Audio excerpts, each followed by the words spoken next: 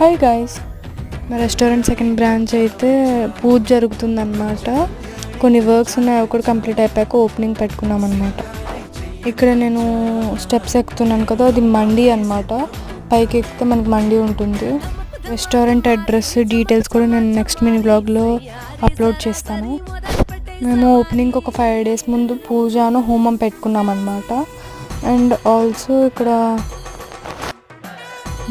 Tiffins, meals, biryanis, tandoori అవి కూడా ఉన్నాయన్నమాట.